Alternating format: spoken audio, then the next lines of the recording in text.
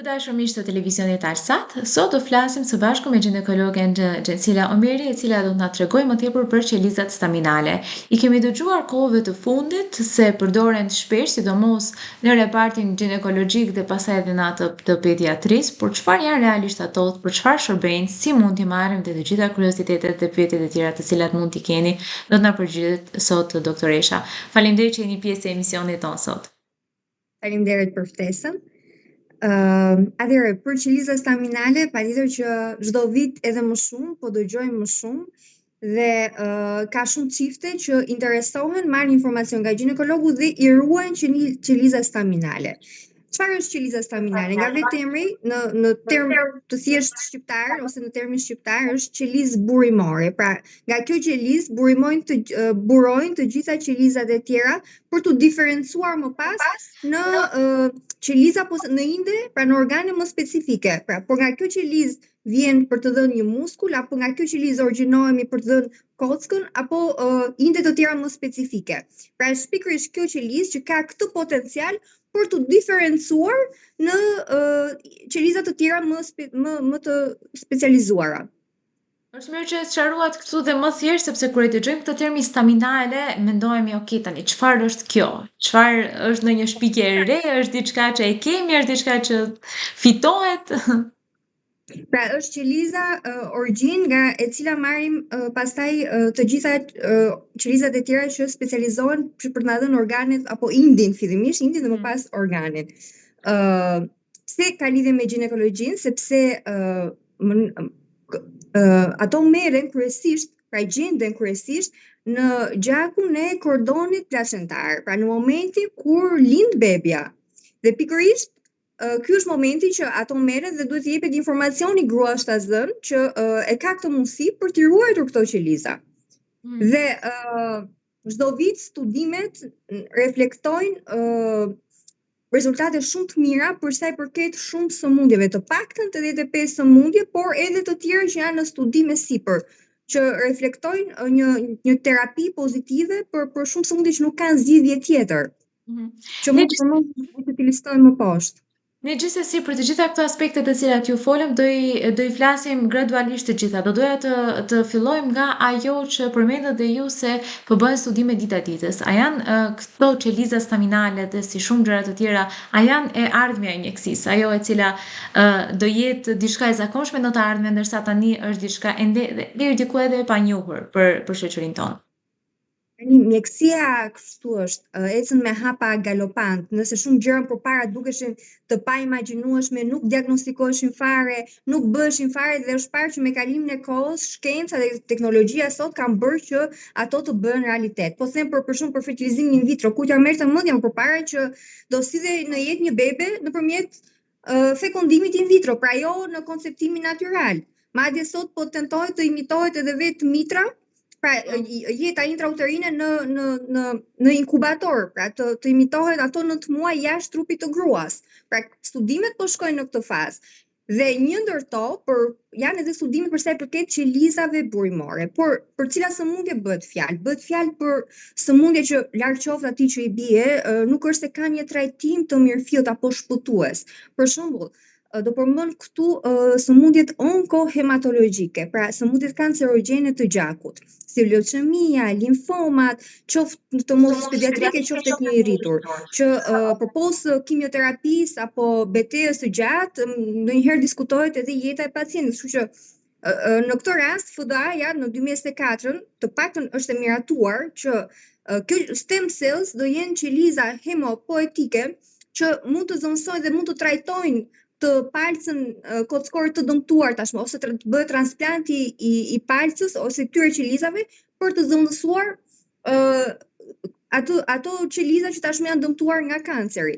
Pra kjo është tashmë e aprovuar si një metodë terapeutike me rezultate shumë të mira dhe që i ndryshon rrjedhën e jetës këtyre njerëzve që diagnostikohen me këto sëmundje kaq të rënda.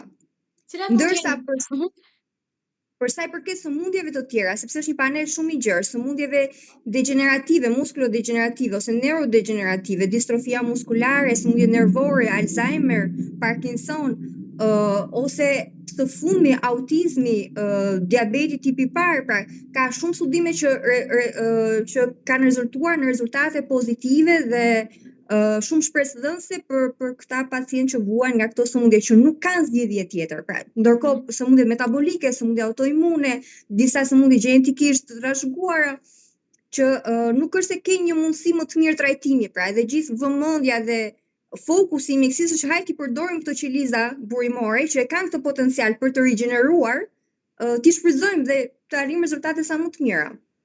Prandaj thuhet është e ardhmja e mjekësisë, por shumë shpejt mendoj që do bëhet realisht një praktikë mjekësore, pra një alternativë mjekimi ndër më të mirat. A mendoni se jemi mjaftueshëm të informuar për to, a din mjaftueshëm njerëzit, ata të cilët nuk merren në fushën e mjekësisë për të mirat të cilat i ka ky ilaç i shenjtë, le ta quajmë në thojza? Tani, e para mendoj që nuk e mendoj se thonë ne mos e ne jemi të shëndetshëm, në familje nuk kemi ndonjë të sëmurë, jemi moshë e re, vetë prindër të rinj dhe nuk e mendojnë që fëmia e tyre mund të sëmurët për shembull, sepse kur je mirë me shëndet nuk e mendon në fakt që mund të jesh në kushte jo të mira shëndetësore, si fillim. E dyta, kur akoma në Shqipëri ne nuk kemi një njësi spitalore që merret me përdorimin e këtyre qelizave staminale. Për shembull, këto i ka Italia, i ka Turqia, i kanë vende të tjera të Europës, i ka Anglia, çka do thotë që ti këto qeliza staminale mund i fusësh në punë shumë kollaj në vendin ku ti jeton. Dhe pamundësia për shembull për t'i pasur në spitalet ku ti jeton në Shqipëri të bën pak ti jesh edhe disi dyshues. Edhe ruajtja e këtyre qelizave nuk bëhet në Shqipëri, bëhet në bankat e shteteve europiane ose në Amerikë, pra varet nga kontratat që kanë kompani të ndryshme që punojnë në Shqipëri. Dhe pjesa tjetër është që duke qenë që këto janë akoma në nivel studimor, le të themi, ose eksperimental, pra nuk është bërë tashmë e aprovuar nga FDA-ja apo një praktikë e sigurt dhe 100% rezultative. Pra jemi akoma duke parë, disa studime thonë që shkon mirë, në disa studime nuk ka rezultat, pra duhet t'ia lëm kohës dhe studimeve dhe shkencës për na konfirmuar diçka. Bën që këto çifte të hezitojnë. Dhe pjesa tjetër është faktori ekonomik, se nuk është jo të gjitha çiftet e reja, më thënë të rinj, e kanë mundësinë ekonomike për të bërë një pagesë të tillë, që e ka një kosto patjetër. Kështu që të gjitha këto së bashku bëjnë që çiftet të hezitojnë ose ndonjëherë dhe kur dëgjojnë informacionin të mos futen më thellë dhe të duket diçka e largët. Por mendoj që duke punuar me median dhe ne si ginekolog, pra sa më shumë të dëgjoj dhe sa më afër të jemi studimeve të fundit, të referojmë studimet e fundit, patjetër do ishte një diçka e sigurt, si thua, ose një armë që ti ke për të luftuar disa sëmundje që mund t'i bjerë fëmijës tënd, sepse ndonjëherë për shëndetin mendoj që mund shesë çdo gjë, pra mund bësh çdo gjë. Por ndonjëherë dhe kur i ke këto mundësi, prap janë disa sëmundje që ti nuk i shëron dot. Prandaj nuk ka shuma financiare që mund ta mbulojnë koston e asaj që është ilaçi i dukur në ato momente. Po, por shëndeti kushton, sidomos terapit, kimioterapit, apo ndjekjet të këtyre sëmundjeve kronike, siç është diabeti tipi parë, Alzheimer, Parkinsoni, le flasim së fundi për autizmin, që janë disa sëmundje kronike që ty do të shoqërojnë gjithë jetën, kështu që për të mos i lënë për që të përkeqësohen apo për t'i pasur në menaxhim apo qoftë për t'i përmirësuar cilësinë e jetesës, sot qeliza staminale po tregojnë rezultate shumë të mira. Kështu që ndoshta duhet parë disi më në larg pamësi dhe patjetër rekomandoj të gjitha çifteve që e kanë mundësinë, po bën prindër ta mendojnë dhe ruajtjen e qelizave staminale. Besoj se, siç e tha dhe ju, është deri diku dhe e panjohur në përgjithësi, do të thënë si proces, si term, se çfarë është, dobit e tjerë e tjerë. Na shpjegoni pak si funksionon i gjithë procesi, se si merren, sepse kur ne dëgjojmë diçka për të cilën nuk kemi informacion, na shkon mendja vetëm tek frika, tek paniku, tek stresi, se është diçka e panjohur, nuk dim si ta marrim, a ta marrim të mirëqëll, na duhet që të kemi frikë, është diçka e rrezikshme, çfarë duhet të kemi parasysh dhe si shkon i gjithë procesi, që nga marrja nga kordoni umbilikal deri tek vendosja e tyre në një vend të sigurt dhe në rastin kur ka nevojë, që shpresoj që të mos kenë nevojë asnjëherë askush, dhe tek përdorimi i tyre. Po, në fakt kur dëgjojnë terma mjekësor, ndoshta jo të rrahur me veshën e tyre qelizës staminale, ndoshta në mendjen e tyre mund të duket një proces shumë i komplikuar. pra mos lëndohet bebi apo nëna e po lëre fare siç na duhet ne me këtë punë inshallah shkon lindja mbar. Por marrja e qelizave staminale është një proces shumë bazik, shumë i thjeshtë që zëret i gjithë personeli që bëhet nga mjekët ginekolog dhe personeli mami infermier që asiston në lindje, bëhet si në lindjen natyrale ashtu edhe në lindjen cezariane. Pas momentit që del bebi, kemi klampimin pra lidhjen e kordonit që të mos ketë rrjedhje të vazhdueshme gjaku dhe placenta nuk ka dalë akoma dhe shfryzojmë kordonin aty te kordoni, shpohet vaza e gjakut dhe mbushet ajo qeska, është një qesë që ka një kapacitet, mbushet me gjakun e kordonit placentar. Nuk ka dhimbje, nuk ka asgjë, nuk ka asnjë rrezik, bebin tashmë e kemi mirë, por dhe nëna është shumë mirë. Zjat shumë pak, maksimumi le të them te 5 minuta, por pos marrjes së gjakut nga kordoni placentar, merret edhe një pjesë e kordonit umbilikal. Ky është sesari i qelizave staminale, mbas sasinë më të madhe, më të purifikuar të këtyre qelizave, sepse mund të merren edhe nga pulpi i dhëmbit të qumshtit, kur fëmia është në moshën 6-7 vjeç dhe i bien dhëmbët të qumshit dhe 3 dhëmb mund të çojnë një sasi të konsideruar për ruajtjen e qelizave staminale, ose tek të rriturit janë gjetur qeliza staminale në palcin e kockave ose në qelizat jamore, por jo në këtë sasi dhe jo në këtë cilësi që ti e gjen në kordonin umbilikal. Dhe besoj Pra që lidhemi prapë me ginekologjinë dhe prapë me momentin e lindjes. Ka një kit, pra gruaja shtatzën në muajin e vet kur hyn në muajin e lindjes, pra në term që pret për të lindur, e ka këtë kitin me vete zakonisht, e merr më përpara, qoftë informacionin, qoftë kontratën e nënshkrimit që merr informacion se ku do ruhen këto qeliza, pa sa koshti mund të përdorësh, në cilat banka, sa është siguria, si është cilësia, si transportohen, normalisht ka një kit transportimi të sigurt që nuk cënohet ruajtja e tyre, cilësia e qelizës. Kështu që në momentin përgjithësi personeli është i trajnuar dhe merret shumë kollaj, është një procedurë shumë e thjeshtë. Dhe gjithçka bëhet dhe ruhet në atë kitin transportues. Pra vendoset sapo merret gjaku, vendoset në atë kitin që ka të temperaturat konstante për të mos dëmtuar qelizat burimore. Dhe është kaq e thjeshtë. Bazike për ta menduar si diçka të gjatë apo të komplikuar, shumë e thjeshtë. Dhe është shumë më e thjeshtë se sa në këto procedurat e tjera dhe në këto vendet e tjera ku mund t'i gjejmë, të cilat i përmendet dhe ju, si tek pulpa e dhëmbit ose tek palca po. Dhe në të gjitha këto, domethënë, mund të jenë procese të cilat janë më të mundimshme, më të kushtueshme, ndoshta më të komplikuara.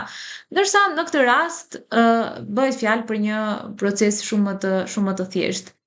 Mosha ta hedhësh atë gjakun e kordonit placentar kur ti e di që është aq i pasur me ato qelizat burimore që sot ku nuk po përdoren, qoftë në mjekësinë estetike, regenerative, për të rigjeneruar lëkurën në rastet e djegjeve apo traumave dhe në këto sëmundjet kronike që disa të tilla unë i përmenda, sëmundje metabolike, sëmundjet e gjakut, anemia e Falconit, anemia plastike, sëmundje autoimune, pra disa sëmundje që në fakt nuk kanë një trajtim mirëfillt, pra zëri se ai njeriu është i dënuar të jetojë me këtë sëmundje, pra bëhet fjalë për përmirësimin e cilësisë së jetesës, sepse mos e ketë një mundësi të tillë përmirësimi, apo autizmi te fëmijët sot, autizmi ka një trend rritës, edhe pse nuk po kuptohet pse. Kështu që ngelen terapi të tilla me qeliza staminale për të përmirësuar cilësinë e jetës së këtyre fëmijëve. Dhe ndërkohë kujtojmë se është një proces në të cilin nuk dëmtohet, nuk virret në rrezik as nëna dhe as bebi në këtë rast. E theksojmë, patjetër, nuk ka asnjë lloj rreziqi. Sepse kjo është ajo frika e të gjithëve. Besoj që i shoqëron të gjithë shtatzanisë, e lëre më në momentin e lindjes kur mendon se ka mbaruar çdo gjë dhe është koha për të bërë një procedurë të tillë.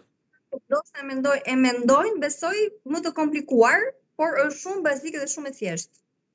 Dhe ju e thatë shumë thjesht sepse si e tillë është dhe me të vërtet mund të mendojnë shikuesit tanë tani se e themi vetëm për ta thjeshtësuar, për ta lehtësuar si gjë, por me të vërtet është sikur të marrësh të hiperbolizuar, është thjesht një procedurë shumë bazike për personelin mjekësor, pa vënë as në 0.1% rrezikshmëri, pra nuk ka fare rrezikshmëri për nënën dhe as për bebin, e theksoj këtë gjë. Thuhet se këto qeliza staminale mund të përdoren përveç se për bebin, në të ardhmen, mund të përdoren dhe për motrat, vëllezërit apo dhe prindërit. Sa është kjo e vërtet?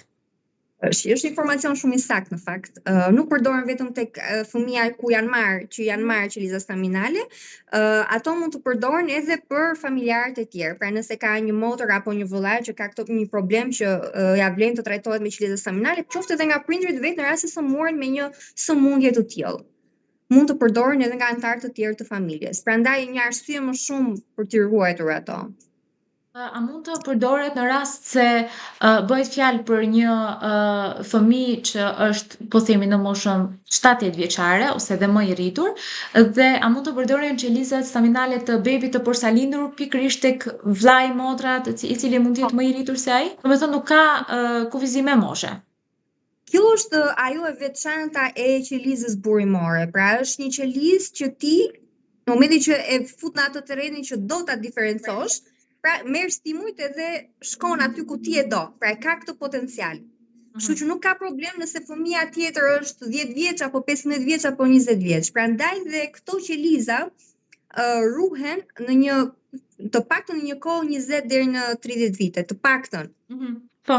Një kohë e ruajtjes 20 deri në 30 vite. Kjo është koha mesatare që deri tani ruhen pa i dëmtuar dhe i lihen kohë që familjes t'i përdori. A mund na thoni doktorish rastet kur nuk duhet që të merren ose mund të ketë ndonjë komplikacion ose nuk mund të përdoren këto qeliza staminale veç më të marra nga kordoni si e tha? Pra, nuk është se kanë Pra nuk mund të ketë ndonjë situatë ku ndoshta nuk do duhesh. Rekomandohet të merren të gjitha gratë që po bën një lindje natyrale, vetëm në rast se kemi raste shumë të rralla kur nëna është në një gjendje jo të mirë nga ana obstetrikale me një sëmundje të madhe shoqëruese që ne duhet thjesht të nxitojmë dhe s'kemi kohë të merrem me qeliza staminale, por është një rast shumë i rrallë që ndodh shumë rrallë. Domethënë, përgjithësi rekomandohet të gjitha gratë shtatzëna që po bën një lindje, qoftë cezariane, qoftë lindje natyrale. Dhe pastaj mënyra nëse se ku do përdoren ato apo për cilat sëmundje, pastaj varet nga sipas pjesë e protokollit. Pra, deri tani të paktën janë konfirmuar 85 sëmundje për të cilat qeliza staminale janë duke u përdorur. Mund të kenë pyetje dhe nënat të cilat ndoshta duan që ta bëjnë këto, por për gjashtë shtatzanis mund të jenë në prag të lindjes. Për gjashtë shtatzanis mund të kenë pasur probleme me preeklamsin ose diabetin gestacional ose dhe komplikime të tjera të cilat gjendje të ndryshme shëndetësore të cilat nuk i ka pasur para shtatzanis, por janë shfaqur gjatë shtatzanis. A ndikon kjo tek kualiteti i qelizave staminale ose është komplet diçka tjetër dhe nuk ka lidhje fare me shëndetin e nënës për gjatë shtatzanisë? Jo, ndikon, për shembull, kur nëna është me hepatit B ose hepatit C, sepse nuk mund të marrim një qelizë të infektuar apo një qelizë jo cilësore. Pa flasim për sëmundjet të cilat janë të transmetueshme. Po, përgjithësi për këtë rast qelizat merren dhe le të themi që bën një testim paraprak nga mjeku gjeneticis dhe mjeku i specializuar për të parë cilësinë e qelizave. Dhe nëse këto qeliza ruhen, ja vlen të ruhen apo jo. Pra mund të jenë disa gjendje të cilat qeliza staminale mund të jenë të infektuara ose jo cilësore, le të themi, për të ruajtur për një kohë aq të gjatë ose për të futur në ngrirje. Dhe i nënshtrohet një lloj testimi. Jo një lloj, po ka patjetër testim për cilësinë e këtyre qelizave.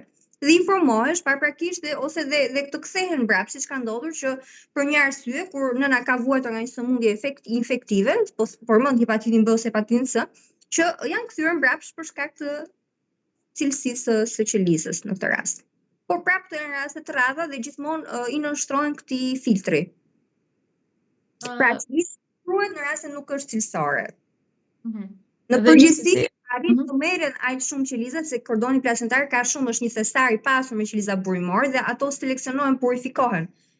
Kështu që në përgjithësi arrihet që të marrësh një sasinë e duhur të këtyre qelizave, por mund të jenë disa kushte patologjike, le të themi, të gruas shtatzën që mund të kufizojnë marrjen e këtyre qelizave.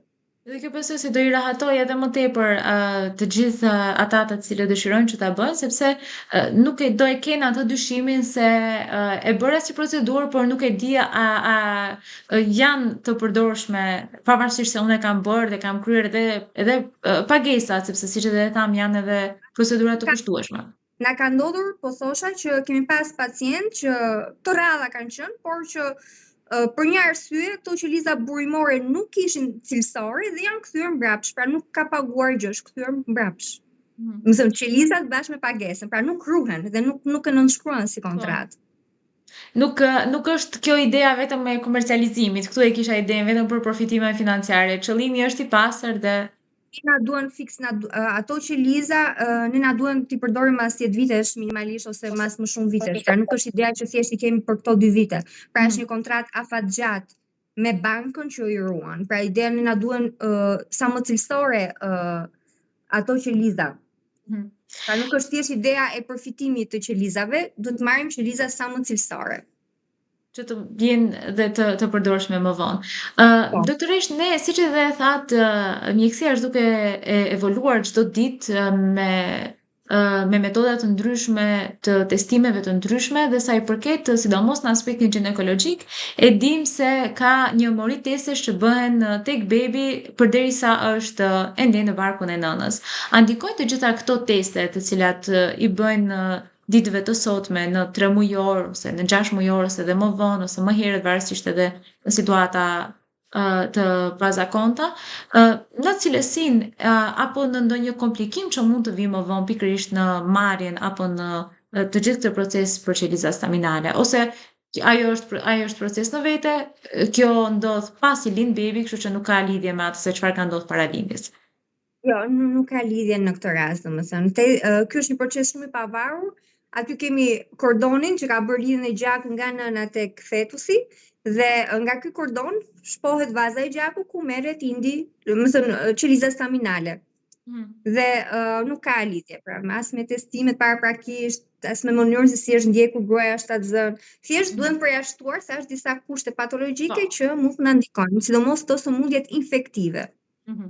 A keni hasur ju në një rast deri më sot ku janë marrë këto qeliza apo rast kur janë përdorur me sukses ato?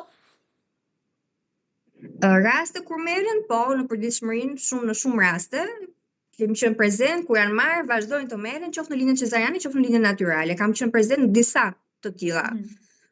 Në 10 të tilla, le të themi, gjatë viteve të mia të punës. Ndërsa a janë përdorur, po njoh një rast që është duke i përdorur aktualisht në Turqi për një sëmundje neurologjike, neuromuskulare, le të themi, dhe ka pasur rezultate shumë të mira te një bebe 1 vjeç e ca. Doja që ta përmendim dhe këtë, domethënë si me shembull që të jetë edhe më e besueshme dhe më reale tek shikuesit tanë. Dhe ne si shqiptar këtu është problemi që ti për t'i përdorur këto qeliza staminale duhet të shkosh në një qendër të specializuar që i praktikon si terapi. Pra edhe në Shqipëri kjo është e pamundur. Një pjesë e mirë e pacientëve tanë që ne dëgjojmë kanë shkuar në Turqi dhe në Itali dhe po i përdorin. Pra thash për këto raste të tilla. Qoftë sindroma të lindura të bebit, qoftë probleme të fituara, siç është autizmi një ndër to të kohëve të sotme. Kam dëgjuar dhe është një rast konkret i kohëve të fundit që po më referonte nëna. Dhe gjithsesi dhe ndihet shumë më mirë. Kjo ka rëndësi në fund të ditës, ne jemi shumë të lumtur në fakt që dita ditës po implementohet dhe më tepër në të gjitha ato procedura të cilat ndodhin derisa nëna dhe bebi janë ende në spital, përveç atyre analizave rutinë. Shpresoj shumë që dhe kjo të futet dhe të bëhet rutinë, sepse është për të mirën e të gjithë familjes në këtë rast. Dhe shpresoj që dhe me bisedën tonë të kemi arritur deri tek shikuesit tanë me informacionet bazë. Kuptohet gjithçka që kjo e tham dhe më tepër mundet besoj t'ju kontaktojnë dhe juve, të kontaktojnë dhe ginekologët e tyre dhe të kuptojnë dhe më tepër dhe me të vërtetë të vërtetojnë për të gjitha ata të cilat ne i tham deri më tani. Ishte kënaqësi për ne dhe ju falenderoj shumë që folëm për këtë temë, jo shumë të njohur, por që shpresoj që të kemi ndikuar dhe të bëhet edhe më e njohur pas kësaj bisede. Faleminderit, ishte kënaqësi dhe për mua. Uroj shumë që të na kenë dëgjuar shumë çifte të rinj që presin të bëhen prindër, që pse jo ta marrin në konsiderat ose të paktën ta diskutojnë me mjekun e tyre ginekolog si një mundësi shumë të mirë për shëndetin e fëmijëve dhe jo vetëm. Dhe jo vetëm. Falenderoj shumë, ishte kënaqësi. Sukses, mirupafshim.